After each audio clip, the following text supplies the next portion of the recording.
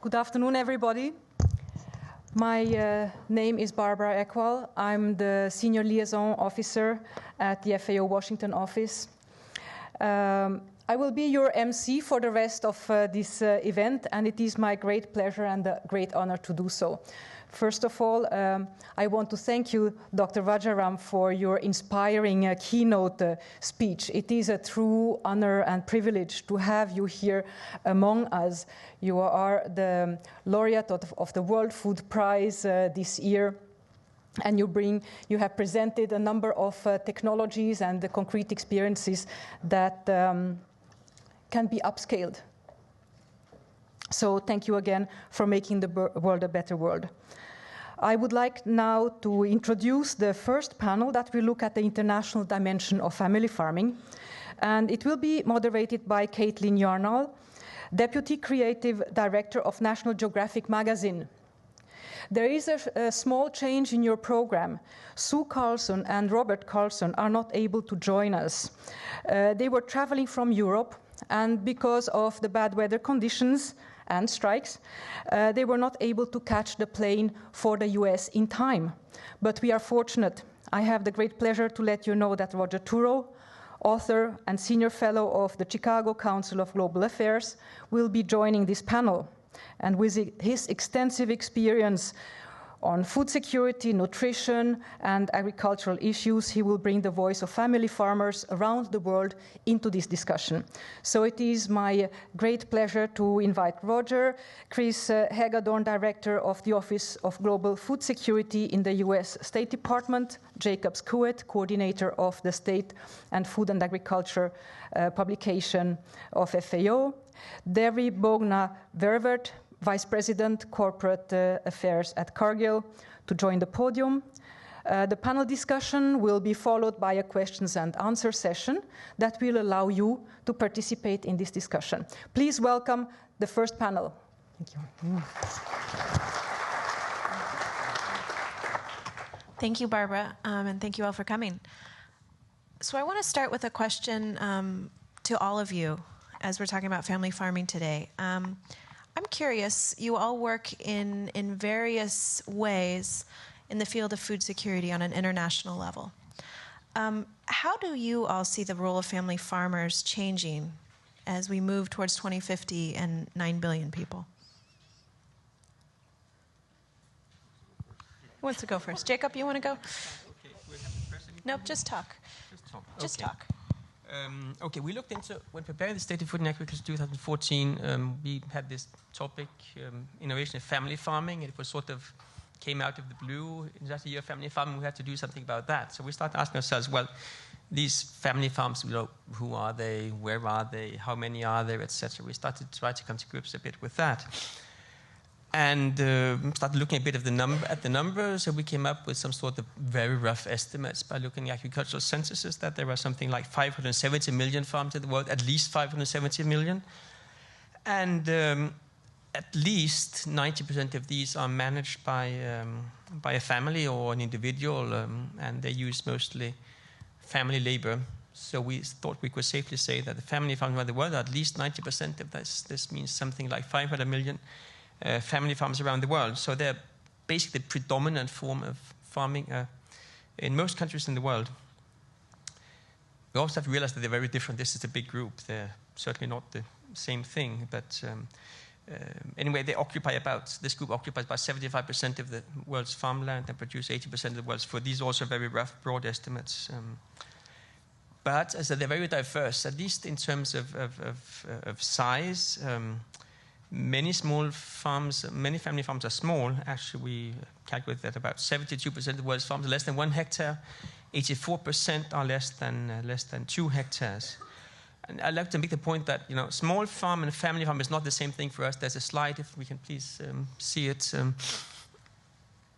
Yeah, we've tried to look at. You have on the left-hand side, you have looked at farms below 2 hectares in size. And they occupy something like 84% of the world's 84% of the world's farms are just more than 2 hectares. They occupy 12% of the world's farmland. The family farms on the right they're more than 90%, but the share of their farmland is much, much higher. I think it's 75%. So obviously small and family farm is not the same thing from our perspective, but they're crucial to global food security. If we have to feed the world in 2050 and do it sustainably and reduce rural poverty, we need to focus on those family farms, specifically the smaller and middle-sized farms in lower middle incomes which have very, very low levels of productivity. I think I should stop, otherwise there's no space for other people at this point. We can get back to some of the issues perhaps later. Devry, do you want to? Sure. First of all, thank you very much for having Cargill and me here. It's quite a personal honor to be here. And I would commend National Geographic on the magazine and folding together such a complicated topic. And I think what we just saw from our World Food Prize laureate is that this is a complicated, very complicated system, the food system. For Cargill, we are invested in 67 countries worldwide, and we're actually going on our 150th year and working with farmers across the globe. I would say that I like to say that I work for the largest agriculture development organization in the world, because we really are on the front line with the farmers. And when you ask about family farmers and how we see that changing, what I can point us to is through the phases of development, how does farming as a practice change? And when we look back, for example, here in the United States, when this country was founded, 98% of the population were farmers. And now we fast forward to today, and it's less than 2% are farmers. So if we think about development across the globe, we are certainly going to be thinking about not all those that are farming today will be farming tomorrow, but they will be doing it more efficiently. And when we look at the family farmers across the globe, I can give you some examples. One, for example, would be in the case of our investments in Indonesia, where we work with smallholders, thousands of them on less than 2 hectares of land. What we're seeing is as we increase the productivity of those farmers, not the entire family is any longer farming, because what's happening is the revenue for the family is being raised. They are reinvesting in their farmers. They're in their farms. They're increasing their yields. They're increasing their productivity, such that the overall family income is allowing some of their children to go to school and others to work off farm and increase their incomes that way. So I guess a general theme would be that we won't be seeing all of the family farms. They won't have the same construct today as they will in 2050. The challenge is still there. We still will need to feed 9 billion people, but we'll be doing it with a much more efficient family farmer across the globe. Chris? Well, let me echo my colleague from Cargill's thanks for organizing this. Likewise, it's a great honor for me to participate. And I can't think of a better partnership between the FAO and National Geographic, 2 outstanding organizations bringing a absolutely amazing communications skill, the photography, the writing, and FAO's excellent normative work and its outstanding group of leaders who do everything from zoonoses to the reporting and just outstanding work. You asked about the changing role of family farming, and having just returned from Rome in the CFS, where family farming was on the agenda, obviously, for the International Year of Family Farming, I looked at the statistics and tried to get a good sense of the role family farming plays in the U.S., for starters, and then, of course, helped by Mr. Thurow's great book on the last hunger season, learning about family farming in places like Western Kenya. The numbers, at least for America, were quite striking. I have been hearing of a lot of talk about corporate farming and sort of the demise of American farming, and I was struck by the numbers which my excellent colleagues from USDA had put together as well. Using FAO's definitions, the Economic Research Service at USDA estimates that family-run businesses in the U.S. still account for the vast majority of production. 86.1% of U.S. farms and 47.4% of total U.S. farm production. That added with 11.5% of U.S. farms with 38.4% of production owned and operated by a family, but using extensive hired worker labor. So that, to me, shows the vitality of the family farm in the U.S., the importance, I'm sure Roger can talk with you about in Africa, the role of women. But it's quite impressive, exceedingly important, the role that families play. Yeah, thank you.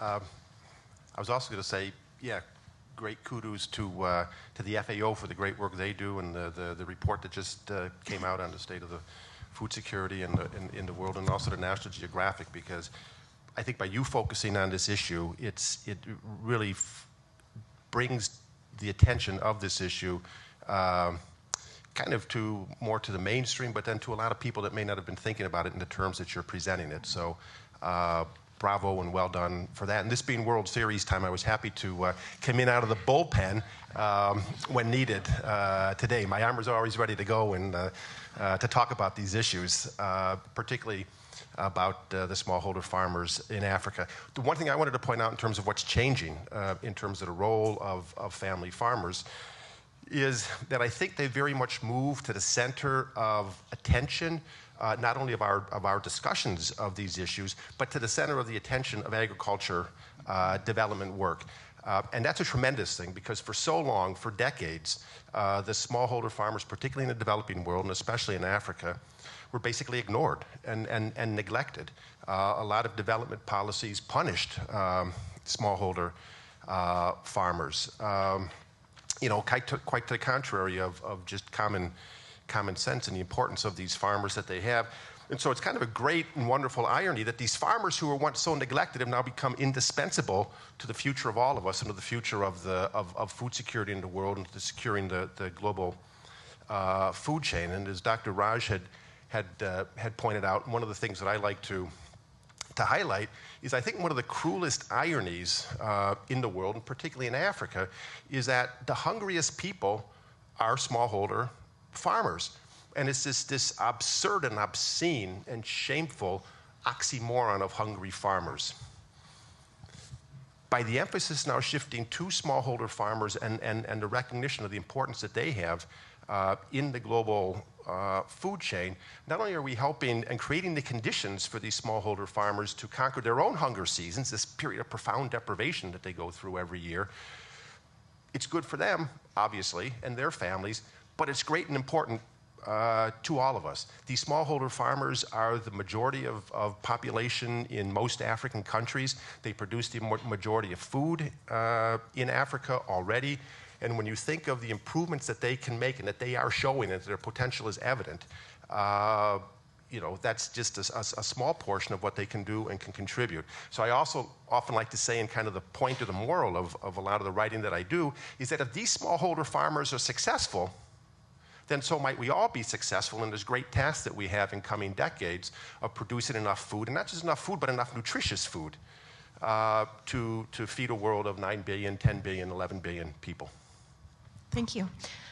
To build on that, Roger, you talked about poor farmers and the irony of that. And in reading the SOFA report for this year, of which, Jakob, you're the lead author, one of the things the findings that I took away from it is that family farmers are generally the most efficient in terms of yields, but yet not in income. Yeah. And one of the other themes you talk about is innovation, and how innovation is going to be key for family farmers.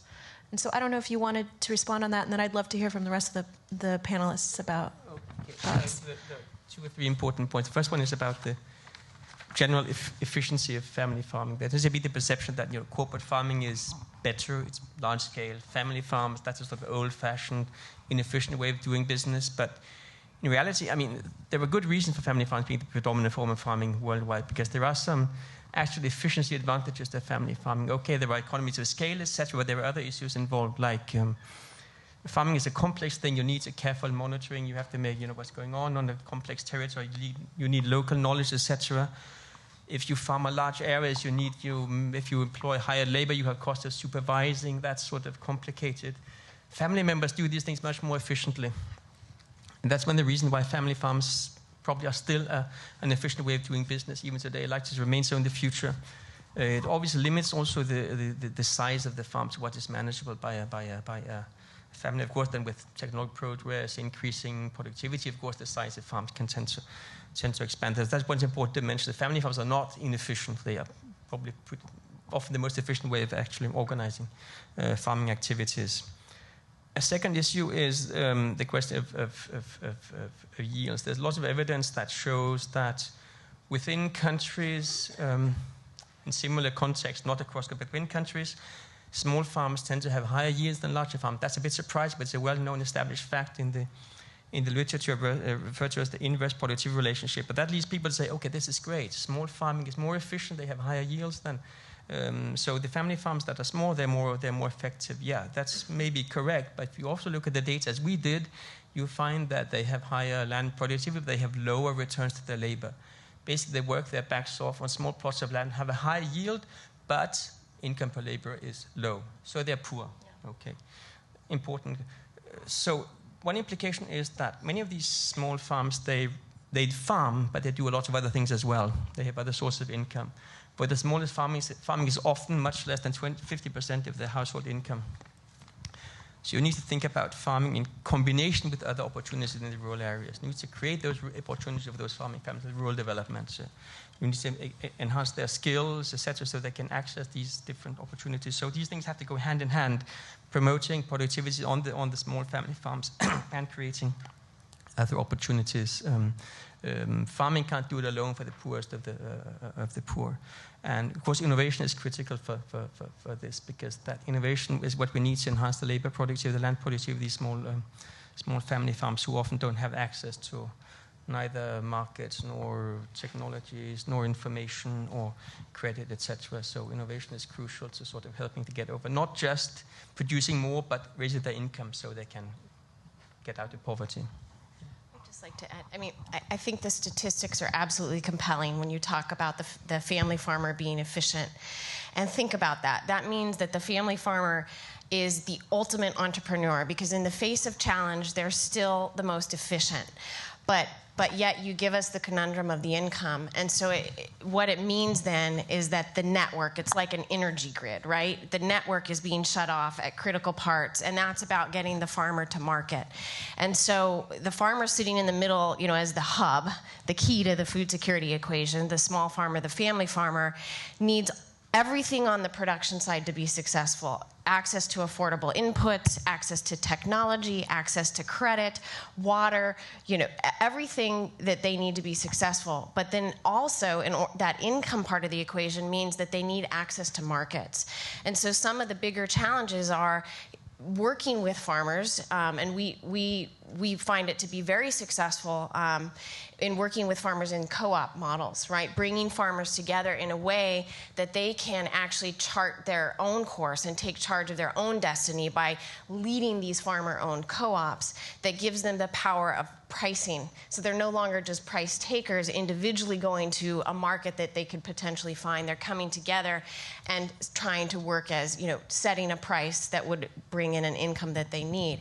And again, when we look over the course of the development here in the United States, what people don't know and what consumers don't really understand here in the United States is that when they go to the grocery store and they're buying some of the top brands, Ocean Spray, Blue Diamond almonds, Sun-Kissed oranges, all of those are farmer-owned cooperatives. And in 1933, the United States allowed, through the Agriculture Adjustment Act, allowed farmers to come together to discuss price and form co-ops. And so that's going to be key for the family farmer in the future, is putting in an integrated system of co-ops, basically supported by governments and the appropriate legislation that allows farmers that other side of the equation, which is access to markets. Chris, what do you think the role of government is in this discussion? Well, I agree with the previous two speakers. I think family farmer units are able to adapt quickly. It's the secret of their success. But again, the broader umbrella, the policy environment in which folks at local, national, international level, the ability for them to act obviously is affected greatly by the policy environment. And my office, in the Office of the Secretary of State at the Department of State, looks at the global policy arena. And our approach, as President Obama came into office, committing to help countries feed themselves, one of the hallmarks of that policy approach was that it would be country-led.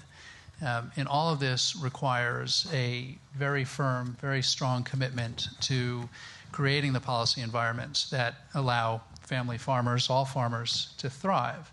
And the complexity which was addressed earlier is absolutely right. It is a complex environment that requires a whole of government, not only the way we address food security here in Washington, but in developing countries in particular, where the infrastructure is weak, where the inputs, the education systems, the healthcare, the water distribution, all these things are quite weak and challenging. So the policy environment has to be done right. This is what the CFS was really designed to do, reformed to do several years ago, and try to get civil society, the private sector, governments at all levels, focused and working together to address the complexities of these challenges. Anything you want to add? Yeah, I just wanted to kind of on both fronts, or to both questions, the whole aspect of income.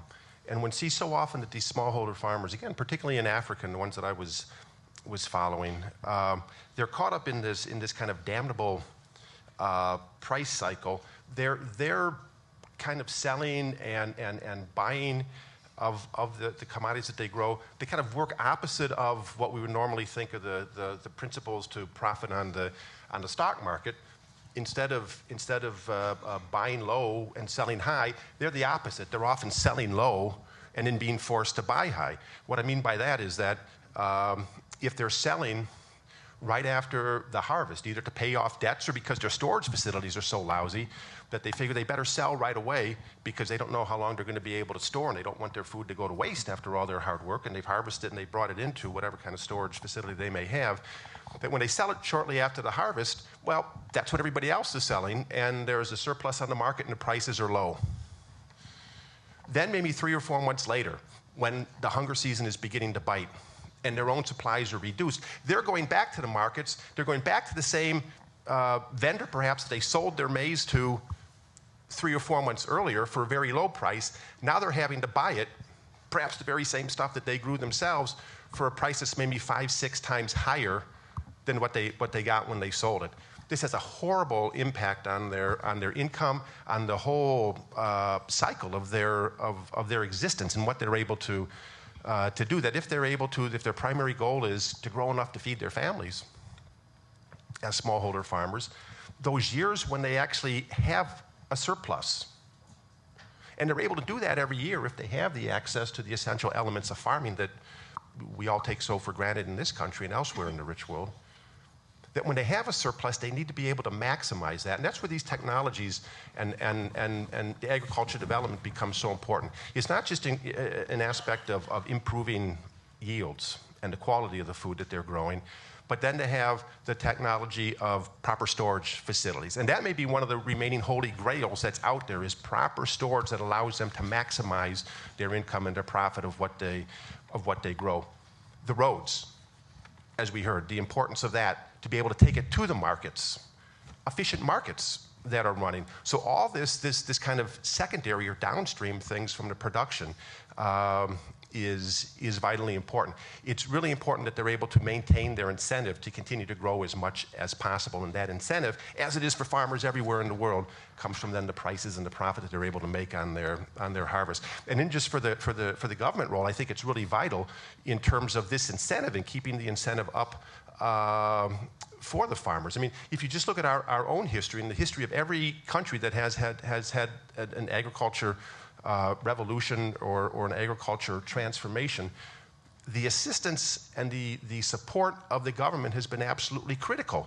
it remains critical in our country with the aid to the farmers and the subsidies, and then also the assistance in marketing and the role that our private sector also plays, that's also so critical then in developing countries. And with President Obama's Feed the Future program and the partnership that it has with the countries that it is assisting, that government role in whatever myriad form it may take, I think is just absolutely critical, because farmers are usually the economically weakest participants in kind of any society. They have no control over the products that they produce.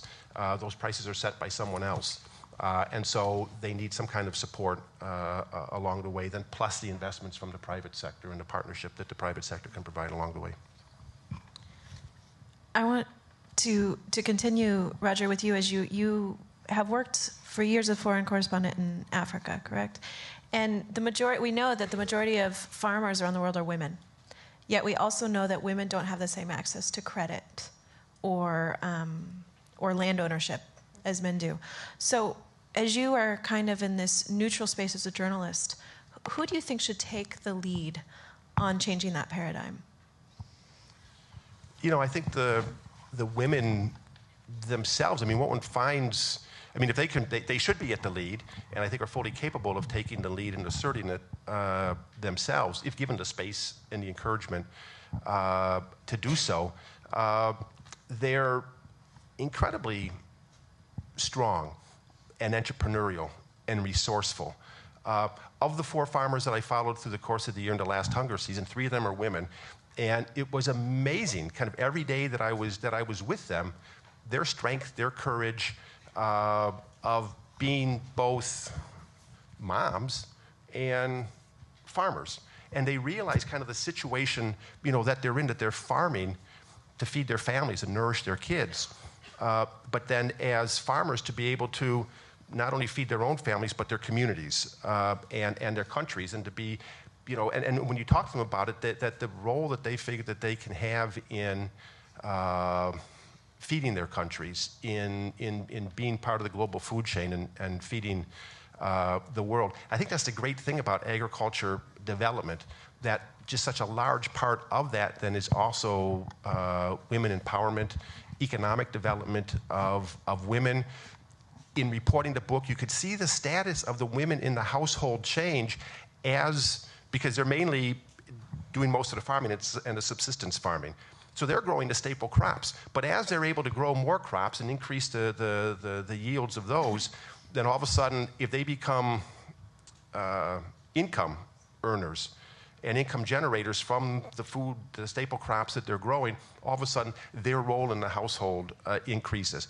With that income then comes a greater say in how it's spent, in how the resources then will be spent for the next season. How do we keep this going? In diversifying the farms to grow other crops, both for the crop rotation, which is good for the soil, but then for the diversity of the diets of their kids. And so it really empowers the women kind of on all fronts, both economically, the status of women in the households and in the community, and then also kind of in the raising of their kids and children and what they're able to do with that.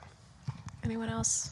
Yeah, I mean, as the token female on the panel, I feel compelled to dive in. And when you ask who should take accountability or who should take the lead, it's every stakeholder in the process. Even though the women on the ground themselves can take the lead, there needs to be a continued and consistent support network at every level. And just yesterday, we hosted, I don't know if any of you have heard of Ritu Sharma, who's the co-founder of Women Thrive. She's just written a book called Teach a Woman to Fish.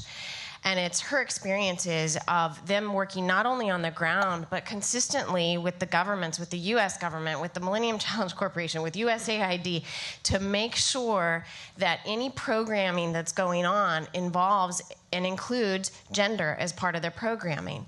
And so it's not just the women taking charge for themselves and believe me, when women come together, we are a powerful force, but it really is creating that support network. And especially from a company perspective, it's placing expectations on actors like companies or NGOs or others in the system to make sure that we are accountable for empowering the women farmer. I mean, let's not forget that women produce the majority of the food across the globe, but we have to remember not one size fits all, and it's not just about income for increasing income for women. I mean, we've seen examples where actually women farmers have become quite successful in our network and actually have increased their income, but what that's done is actually created problems at home.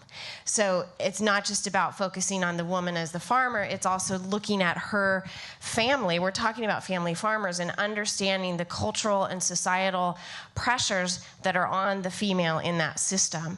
And in addition, we have an example out of Nicaragua, Honduras, and Guatemala recently, where we've been working with CARE on corn production for farmers. And most of these farmers, the men are given the good plots of land. The women are given the other plots that, please go and make something happen on a subsistence side, but we'll take these, thank you very much, and produce, and so that we can take it to market. So it's key that women get access to land and that land rights are made transparent. And in addition, for the men who are producing, we've been successful in increasing their income in these 3 Central American economies by tripling their income. But what ended up happening was the income we observed was going, unfortunately, to creating alcoholism and prostitution and all of those kinds of things. So what do you do as a company in the face of that? What we did is we sat down with every farmer and signed a contract with them that their wives would come to collect the income. And so that then changed the power base. And so there's not a one-size-fits all, but there's an accountability at every step in the process to empower women. Just a couple of remarks, because in 2010-11, the State of Food and Agriculture, SOFA, dealt explicitly with the issue of women in agriculture, and we documented very carefully differences in access to resources, and made the point not just women need more access, not just because it's the right thing to do, but because there were huge economic losses involved in not giving women access to those resources. That was clearly documented. We could have a big productivity impact, a food security impact. They had access to those resources. Now, it's complex, but I think if you really want to do something, there are 2 good places to start, right? One is with, access to education. Another one is that the legal systems. I mean, many countries, women do not have the same equality of status of women in the legal frameworks. I mean, access to land, etc. Start getting that right, then women have something sort of, to start get his grips with the problem. Okay. Anything you want to add, Chris? Yeah, I'd like to say, certainly I agree with the other speakers. I think it's a documented and clear fact. The role of women is crucial. I think President Obama made that a central guiding tenet in his approach to food security, and it's a central pillar of the Feed the Future program. My first job in the executive branch of the U.S. government was with the USDA in the Food and Nutrition Service, working in the Women, Infants, and Children's program. And I saw very clearly firsthand the important role of women ensuring management of their families, the health and nutrition of their children. And again, I'm hoping we get into this a little bit, but the role of nutrition as the flip side of the agricultural productivity and food security debate often gets left off. It's assumed that's a health issue. There's complexities that we could spend the day talking about, but the nutrition, the women who are looking after the kids, fighting to prevent stunting, fighting to keep their kids fed and in school, it's really the backbone of many of the agriculture societies, particularly the ones Roger has written about. Yeah, I was just going to say that precisely for those women, and one thing that they would always express is kind of one of their goals would be their ability to own land themselves. And so, the legal structures, the cultural traditions being put in place that allows women to own land and actually encourages them and facilitates that. So let's talk about nutrition a little bit. So much of the dialogue around feeding 9 billion by 2050 is focused on calories and not as focused on nutrition and what it takes to grow nutritious food.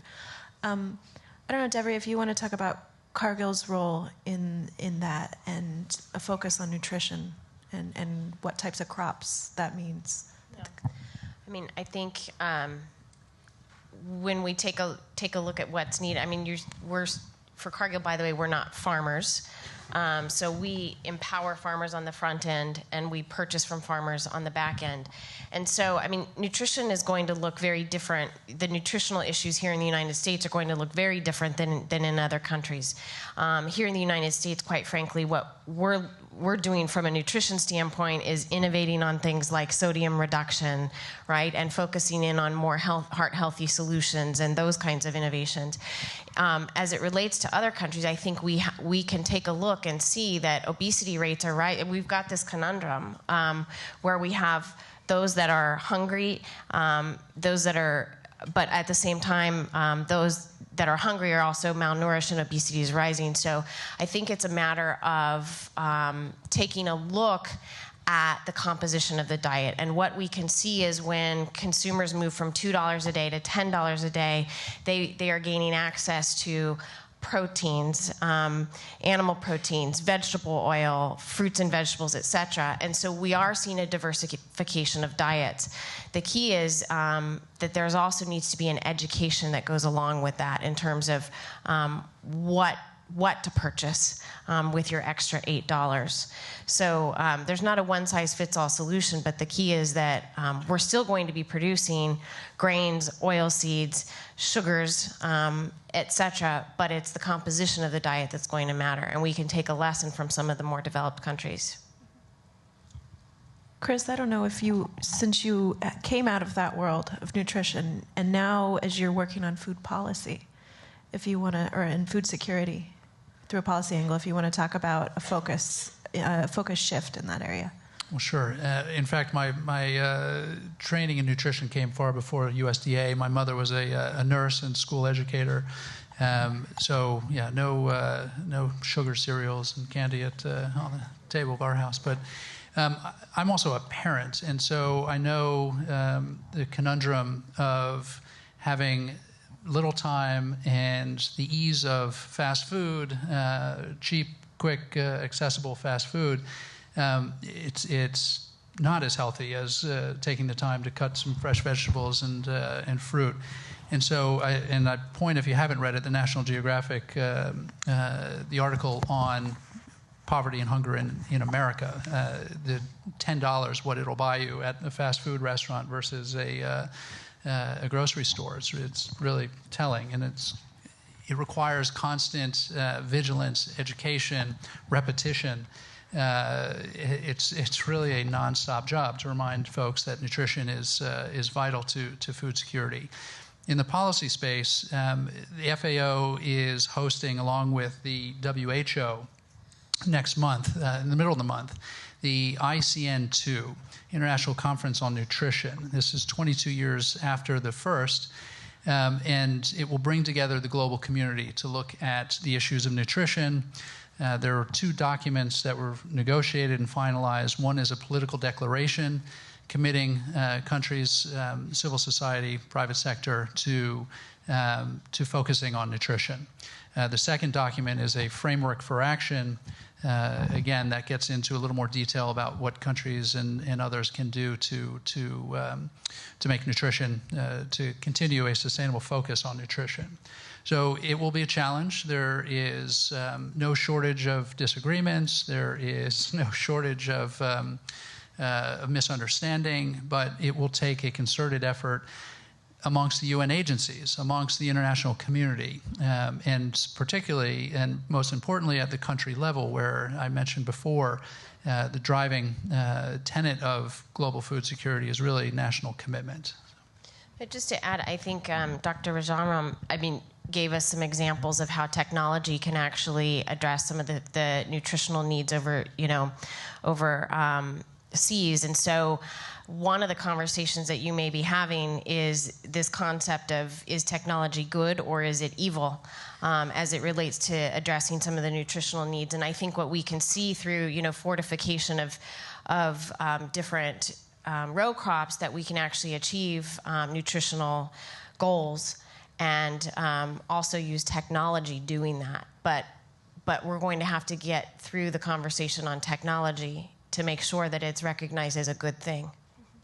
Yeah, Kaitlin, your point that it's not just calories is really important. And I think it's wonderful to see kind of it's just shift in focus, but kind of just a realization that our great task and challenge facing us is not just a matter of feeding the world, but it's nourishing the world, which includes feeding the world, but also nourishing into proper nutrients that are involved in there. And I think one of the places where one's seen welcome innovation on this front is kind of merging agriculture and nutrition together. That as a layperson looking at this, that there has been for so long this gap and this separateness between agriculture is here, and that's about increasing production, and nutrition here, well, that's in the health ministries and the health departments. No, it's the same thing, to bring them together. And as Dr. Raj was talking about, one of the great innovations that's going on there and kind of pushing the frontiers, and this is this Harvest Plus program, where it's the staple crops that particularly people in the poorer countries, and also then the small family farmers, to increase the vitamin and nutrient level that's already in the crops. And so it's done by conventional hybrid breeding. There's not kind of no technological questions or concerns really involved in it, but it's raising the nutrient and mineral content that's already in those plants. So iron, zinc, vitamin A in the orange flesh sweet potatoes, and cassava in wheat, in beans, in millet, all sorts of crops that are the staple food. So as they just eat their normal diets, and they're eating these foods 4, 5, 6, 7 times a week in almost every meal, there comes that increased nutrients. And it was one of the big points of the Lancet in their series, both in, I think, 2008 and 2013, I guess. One of the big points is one has to bring nutrition and agriculture together. And really crucial in terms of attacking this problem of stunting, this shameful condition that we still have here in the second decade of the 21st century, that 1 in every 4 children in the world is stunted, physically, mentally, cognitively, or both. And that particularly in this 1,000-day period from the time a woman becomes pregnant to the second birthday of the child, this nutrition is so utterly important in shaping the lives of the children and the health of the mom, but then in shaping the whole future of families, countries, and the world as a whole. And so nutrition is absolutely vital, and I think if that becomes prominent in what comes after the MDG goals and in the Sustainable Development Goals, and nutrition becomes really prominent in that, and in policies, that'd be a great advancement. Wonderful. Before we move into questions, I wanted to give you each a chance to say, I'm going to say one sentence, what you would hope this audience here and those following virtually would take away from this conversation. No pressure. One sentence. Started that and to move this way? Yeah, you didn't say it couldn't be a run-on sentence. Right. Well, I think what I just, having devoted my career to food and agriculture, I think what I would like people to take away from this is that it's complicated, and that to dig one layer deeper sometimes beyond the talking point to get at the real solution for these family farmers, and that at the end of the day, it's about changing a system, whether it's a system for empowering women, whether it's a system for empowering farmer co-ops. It has to be at every level, the international level, the national level, and at the local levels. And this is a run-on sentence. And that every stakeholder in that system should be held accountable and should be transparent around their actions and their motivations. Great. Jakob? Well, family farms are important. They're very diverse. They have a lot of different problems. They have, but family farming has a future. I think if you look at 2050, unless there's some game change that really changes things completely, I think family farms will be with us in 2050. I think they will probably feed the world, will help a lot of farmers get out of poverty, and we also see some type of sort of land consolidation, I think, gradually. But I think family farms is going to be part of the solution. I think I would say that the enormity of the issue means that everyone here, everybody reading your magazine, everyone reading your book and your report, we can all do something, whether it's just helping or managing our own lives, the way we deal with food and nutrition, or if it's dealing with your own local governments or national governments or the communities in which you live. In this process and the work that I've been doing, I've met so many amazing people doing incredible things, and I think the totality of that gives me hope that we can address the challenge of hunger and malnutrition. I'd like everybody to know, at least from the perspective of the State Department, that we are all in, that we are supporting the President. We're working with all of our partner agencies in the U.S. government to do everything we can, and that includes to sustain the momentum through this administration.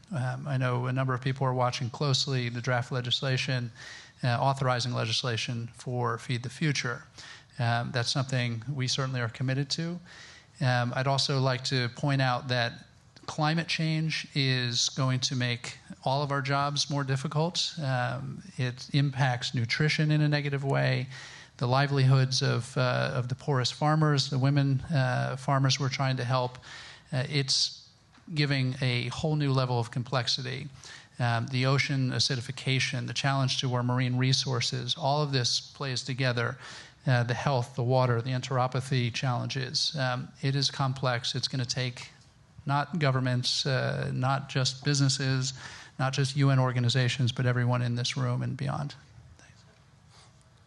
I guess I'm used to editors that would hold me to the one sentence. I was going to say, we need some editors up here. As much as I would chafe against editors, I can understand them. They always say write short, but writing short isn't in there. So what's taking you so long? Well, it takes longer to write short than it does to just write long. I would say raise the clamor, comma. Insist on the importance of agriculture development, comma. Stay with it, comma. And realize that through this agriculture development, if the smallholder farmers succeed in ending their hunger seasons and feeding their families and feeding their communities and their countries, then we all succeed in our greater goal of nourishing the world. Well done. Thank you. I guess we now have time for some questions, for a couple questions. 2, and then we're cutting you off. So, Amy, I'll let you pick.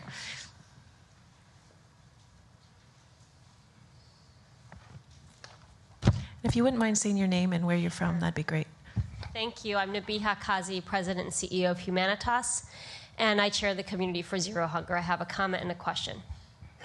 The first comment is, the majority of the world's smallholder farmers, family farmers, are women. And why is that? Because it's the most undesirable, thankless job there is. It's the job that people don't want.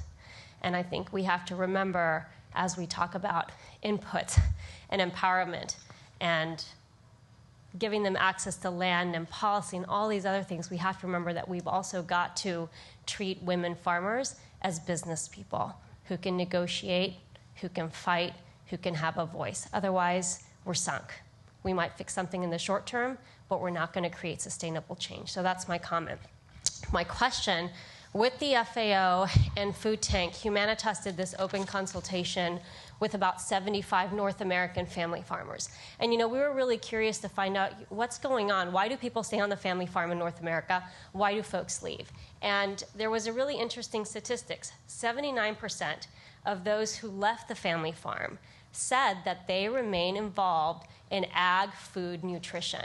So they might have gone to become writers, or they might have gone on to work in marketing communications or for big food ag companies, but they're still advocating and still very much engaged with issues back at home on the family farm. So my question for all of you, if you were to pick 1 or 2 things for this group of folks who've left the family farm to advocate for, to push for, what would it be?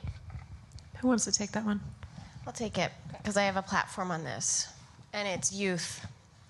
the power of the youth. If we look at some of the places across the globe that have the greatest potential to increase productivity, so across Africa and certain parts of Latin America, you can also see, if you look at the ILO statistics, that you've got very young populations. And we're looking at, these are children of farmers in many instances, and we're looking at perhaps a mass migration from rural to urban, which doesn't mean they get any more rich, right? It just means they're leaving the farm. But they're looking at the farm and they're saying, and their mother who's farming or their father who's farming is saying, I don't want this, right? This isn't a career for me. So we've got to figure out a way to systemically create a youth education and leadership model to encourage youth to choose a career in agriculture or food or whatever it is. You can be anything you want to be in agriculture, but there's got to be a model. And there is one here in the United States called Future Farmers of America. It is the premier youth leadership organization in the United States and in agriculture. And in fact, I yield from the FFA, and we're having conversations about how do you take that model to empower young leaders, build out your future leaders, whether they stay in agriculture or go in government, and encourage them, to learn an industry. So I would say it's through the youth. We should also note that Devry was just named a young global leader by the World Economic Forum. So congratulations. I'm taking that platform to the WEF, so we'll see how it turns out. Yeah. Hey, I was just going to say, Nabiha mentioned a really important word, business, that the farmers and smallholder farmers, they should be looked at and considered as business women, businessmen, worthy clients, worthy customers of agriculture services. And I think for the youth or for people to stay on the farms, and particularly in say, Africa and the rural areas throughout the developing world, where you're absolutely right, it is such difficult, hard, back-breaking work that the kids look at that and the struggles that their moms are going through in farming. It's like, that's the last thing they want to do. But if they can see that there's also a kind of a future or perspective of farming, that their parents are also considering farming as a business. So you kind of change this paradigm of the smallholder farmers as farming to live and turn it into farming to make a living. And there's a huge difference in that. And I think if the children of those smallholder farmers see that, well, that's a business. That's something to aspire to, as opposed to flee from it. That's the last thing I want to do. One more. I'm Jiten Srivastava. I've worked over 45 years in agriculture and different institutions. First of all, I'd like to congratulate FAO and National Geographic for this event and bringing Dr. Rajaram, such a wonderful panel. And also talking about the family farm. My question is that let's not romanticize the word family farm. Has to be understood because this message has to go to different countries and they mean different things. In some places, if the people cannot find a job, they're forced to be in the family farm. And it's not very profitable. What should we do for that? The second question is, I think Dr. Rajaram very well said that many of the family farms, if they can get the knowledge, credit, market, they could be efficient. But the fact is, in majority of the developing countries, these three are the major adaptation deficits. Many institutions have been trying to help, but this is still not going very well. There's a lot, the prices of the inputs and the seeds were mentioned have gone up phenomenally. The market price has not gone down.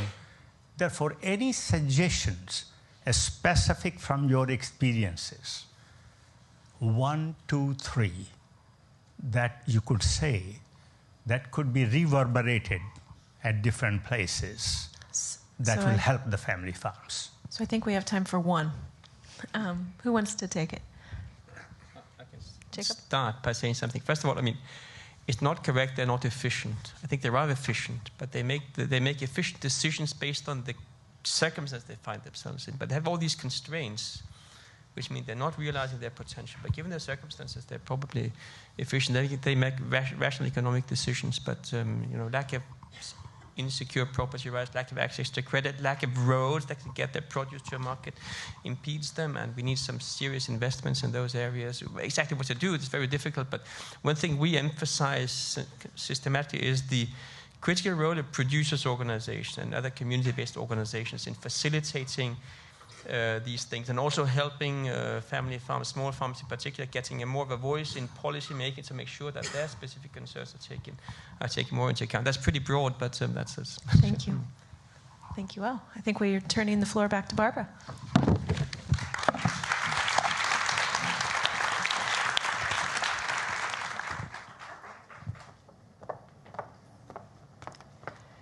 Thank you very much. This was a wonderful panel. I think we could have listened